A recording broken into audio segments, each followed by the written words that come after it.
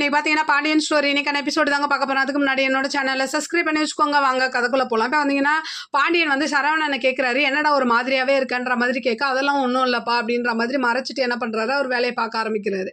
அப்படியே இந்த பக்கம் பார்த்தீங்கன்னா ராஜி என்ன பண்ணுறாங்க, கதிருக்கு தோசை ஊற்றி கொடுக்க, அப்போது கோமதி வந்து என்ன பண்ணுறாங்க, நான் சுட்டு கொடுக்குறேன்ற மாதிரி சொல்ல, அத்தை உங்களுக்கு ஏதாவது இருக்கா, நாங்கள் புருஷனும் பண்ணாடி ஏதோ ஜாலியாக தோசை சுட்டுக்கிறோம், நீங்கள் ஏன் வரீங்க அப்படின்ற மாதிரி கேட்க, அப்போ வந்து இவங்க என்ன பண்ணுறாங்க, சுட்டு கொடுமா அப்படின்ற மாதிரி ஒரு மாதிரி இது பண்ணிட்டு கோமதி அங்கேருந்து கிளம்பி போயிட்டு அரசிக்கிட்ட புலம்பிக்கிட்டு இருக்காங்க. அப்போ அரசிக்கு ஒரு மெசேஜ் ஒன்று வருது, ஹாய்னு கார்த்திகேயன் கிட்ட.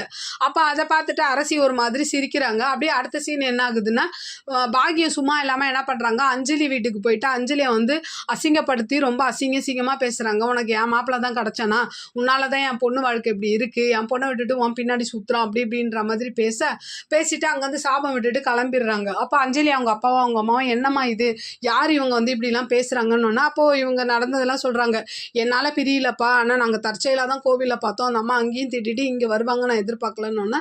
அப்போ என்ன பண்ணுறாரு அஞ்சலி அப்பா உடனே ஆட்டோ பிடிச்சி பாண்டியன் கடைக்கு வந்து, அப்போ சரவணனும் கூட இருப்பார். அப்போ வந்து இந்த மாதிரி சொல்கிறாரு, இந்த மாதிரி இவங்க மாமியார் வந்து என் பொண்ணை வந்து அவ்வளோ அசிங்கப்படுத்தி காயப்படுத்திட்டு போயிருக்காங்க, அது மட்டும் இல்லாமல் அவள் நிறைய அவளோட லைஃப்பில் வந்து கஷ்டப்பட்டுட்டு வந்து இப்போ தான் நிம்மதியாக இருக்கா, என் பொண்ணை நான் அடக்கிக்கிறேன், உங்கள் பையனை நீங்கள் அடக்கிக்கோன்ற மாதிரி பாண்டியன் கிட்ட சொல்லிட்டு போக, பாண்டியனும் மன்னிப்பு கேட்குறாரு அவர்கிட்ட.